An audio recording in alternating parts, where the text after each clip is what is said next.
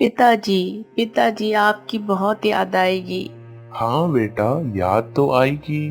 तुम इतने दिनों से मेरे संग रह रही थी।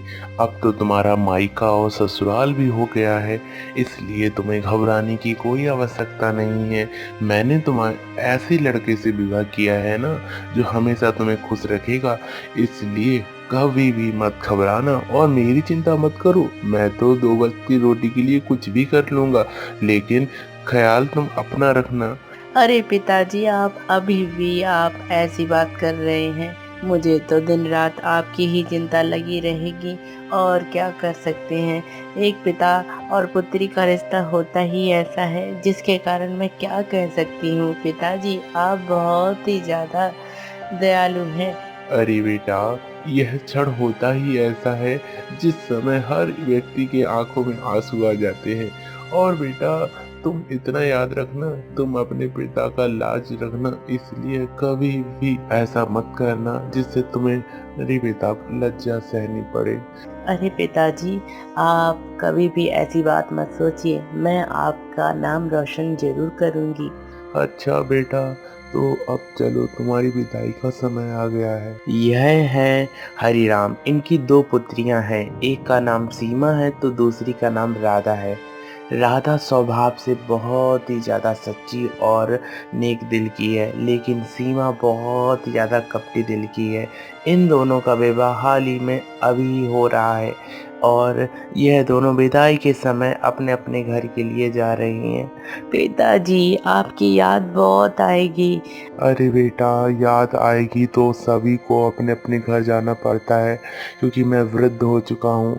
वृद्ध होने के पश्चात तो तुम जानती ही हो ना कि सही नहीं रहता है, इसलिए तुम अपने ससुराल में ही सुरक्षित रहोगी। यह समाज बहुत ही ज़्यादा बुरा है। हाँ पिताजी, सही कह रहे हैं। ऐसा कहते हुए दोनों को विदाई कर कर पिता अपने घर आ जाते हैं।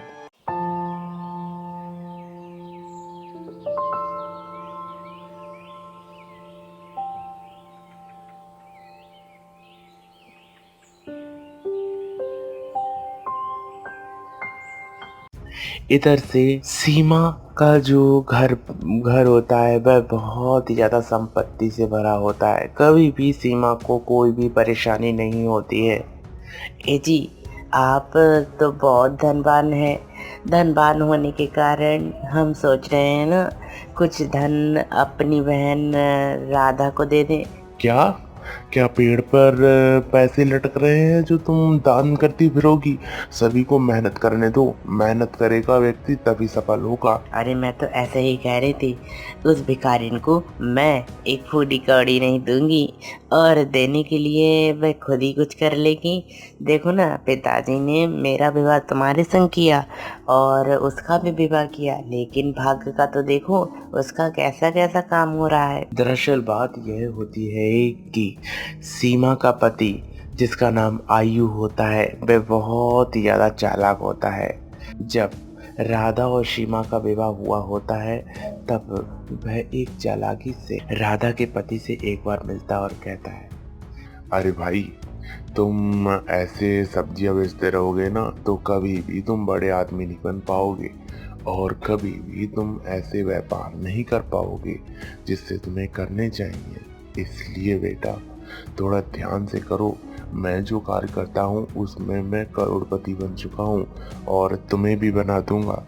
अरे भाई, मेहनत का 1 रुपए भी बहुत बड़ा होता है, और जब मेहनत क्या किया हुआ 1 पैसा बहुत कीमती होता है, तब वही बेईमानी का पैसा बहुत ही ज़्यादा गलत होता है। अरे, बेईमानी बेईमानी करते रहना, तुम अपनी ज़िंदगी में कुछ नहीं कर पाओगे। इसलिए अगर तुम्हें कुछ करना है ना, तो फिर सोच लो, अगर कुछ कर पाओ तो मेरे संग लग जाओ। वैसे भाई, करना क्या होगा? अरे, मैं लॉटरी खेलता हूँ और उसमें मैं बहुत बार जीत चुका हूँ।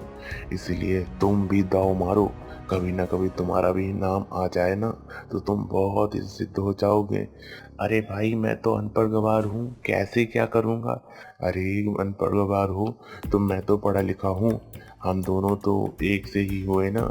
हम तो एक दूसरे के एक से रिश्ते ही हैं, इसलिए कभी मैं तुम्हारा बुरा नहीं चाहूँगा। ऐसा आयु ने रमेश को फंसाया। रमेश भोला भाला होने के कारण कहने लगा, वैसे बताओ क्या करना पड़ेगा? अरे कुछ नहीं करना पड़ेगा, जितना तुम कमाते हो ना उसमें से थोड़ा बहुत तुम दे देना और थोड़ा बहुत देख लिया जाएगा। हाँ, देख तो लिया जाएगा, लेकिन सोच रहा हूँ ना कि अपनी पत्नी को बता दूँ। पत्नी पत्नी को मत बताना, नहीं तो वह यह कार्य करने के लिए मना करेगी। पत्नियां तो होती ही ऐसी हैं कि पैसे तो मांगेगी खूब, लेकिन खाने के लिए क्या है क्या नहीं है इस पे गड़बड़ जरूर करती हैं। इसलिए अगर थोड़ा बड़ा आदमी बनना है ना तो तुम्हें यह कार्य करना ही पड़ेगा। आयु की बात सुनकर रमेश बहुत ही ज़्यादा प्रसन्न होता है और प्रसन्नता के संग रहने लगता है।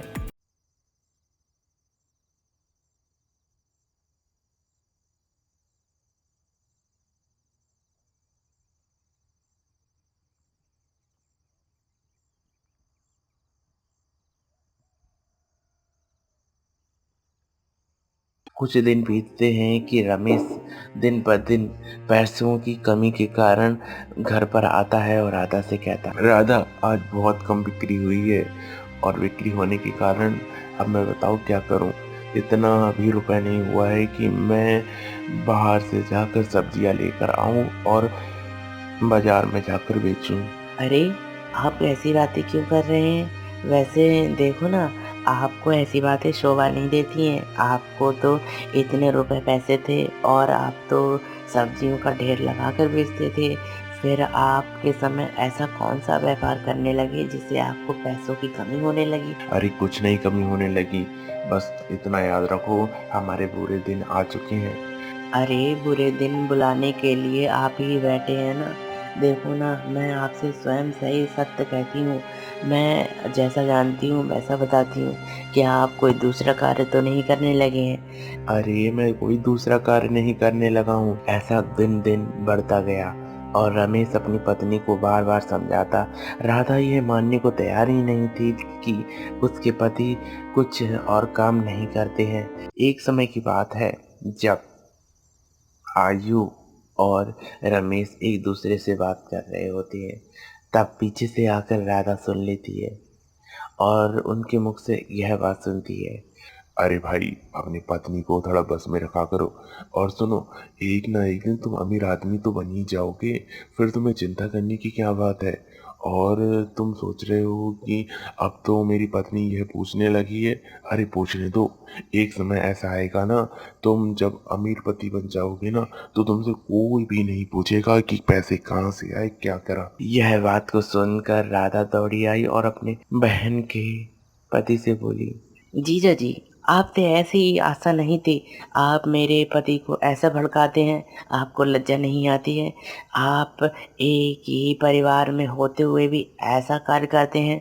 अरे मैं कोई कार्य नहीं करता हूँ, यह रमेश ही ऐसा था जिसने मुझे मेरे व्यापार के बारे में पूछा। अब मैं क्या करूँ, इसका भाग्य ही ऐसा है तो मैं क्या कर सकता हूँ। इतना सुनकर राधा ने सोच लिया कि अब हमारे बुरे दिन आ चुके हैं। इसलिए वह अपने पति को अपने घर ले आती और कहती है,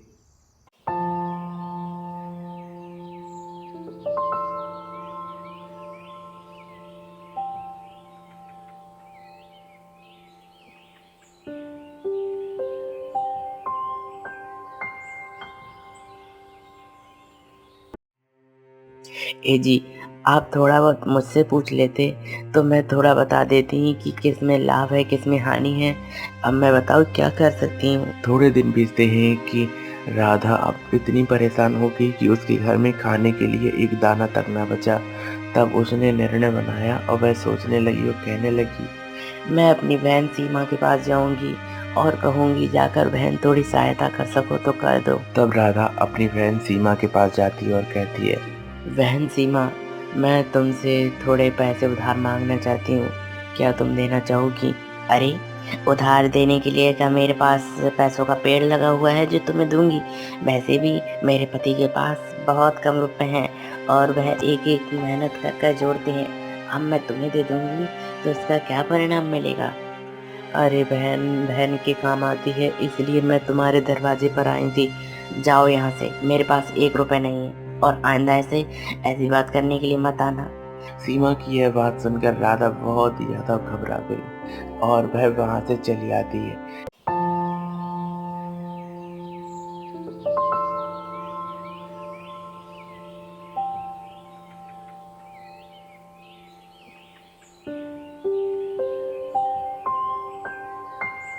इधर से सीमा अपने घर आकर अपने पति से कहती है, ए जी, आपने तो राधा के पति को बहुत ज्यादा फंसाया।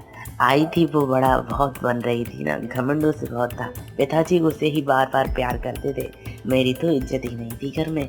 अब देखो, अब पता चला समय का मार कैसी होती है। और जितने भी आपने राधा के पति से पैसे लिए हैं ना, वह ढंग से तो रख। हो? हाँ, ढंग से रखता हूँ। मैंने एक जगह छिपा के रखे हैं। मैं थोड़ा मिट्टी के घड़े में रखे हुए हैं। कभी मैं जाऊँगा तो वहाँ से निकाल लाऊंगा। और बहुत रुपए हो चुके हैं। तो यह तो बात बहुत ही ठीक है, इसलिए आप थोड़ा सावधान रहना। ऐसा सीमा के पति ने जब बताया, सीमा बहुत प्रसन्न हो गई।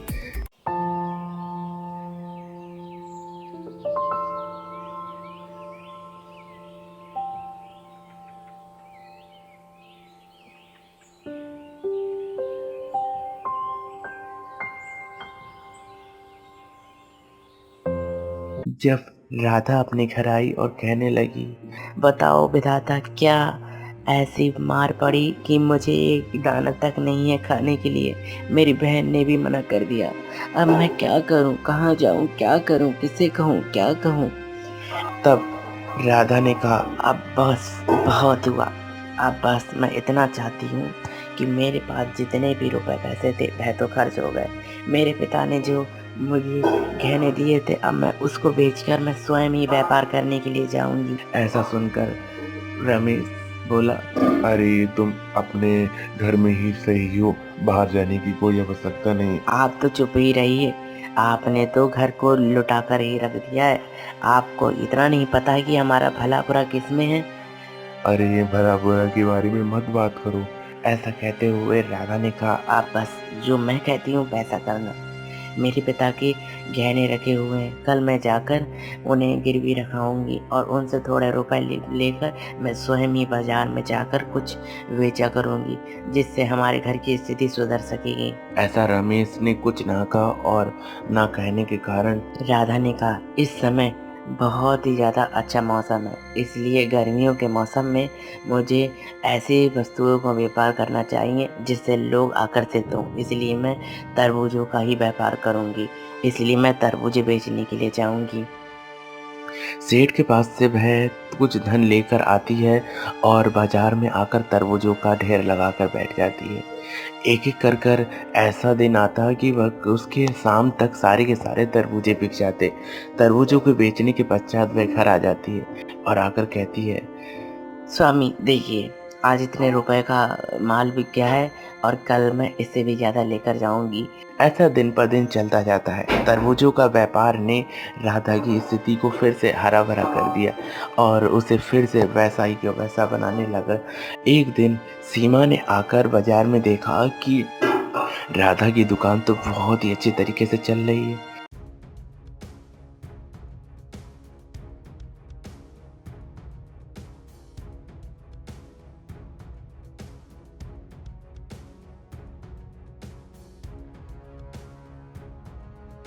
तब वह घर आकर अपने पति से बोली, अरे उन लोगों की स्थिति तो फिर से सुधरने वाली है, अब आप क्या करना चाहेंगे? अरे कुछ नहीं करना चाहेंगे, अब कुछ करने की कोई आवश्यकता ही नहीं है।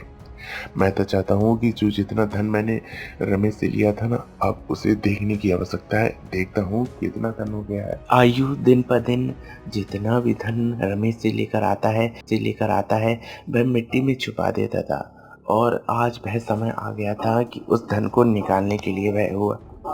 जैसे ही वह उस धन को निकालने के लिए देखता है, तब जैसे ही भूमि में हाथ बढ़ाता है और वहाँ पर देखता है कि धन की जगह पर बहुत सी चींटियाँ हैं। चींटियों को देखकर वह सोचता है, अरे धन कहाँ गया? तब धन के बीच में एक छोटा सा सिक्का दिखता है और उसे देखकर कहता है, अरे सारा का सारा धन तो दीमर खा गई। अब बताओ क्या करें, क्या कहें। इतनी मेहनत पर पानी फिर गया। रमेश से एक एक करके मैंने पैसे इकट्ठे किए थे, अब वह भी सब चले गए। ऐसा कहते हुए वह बहुत ही ज़्यादा परेशान हो जाता है।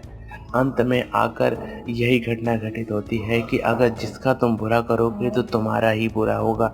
देखो, राधा की स्थिति जैसी थी वैसी ही हो गई और रमेश फिर से खुशहाल जीवन जीने लगा, लेकिन आयु और सीमा की स्थिति फिर से वैसी ही होगी। कहते हैं ना, कभी भी बुरा नहीं करना चाहिए, क्योंकि बुरा तो अपना ही होता है। भाग में जो लिखा होता है वही लिख कर रहता है।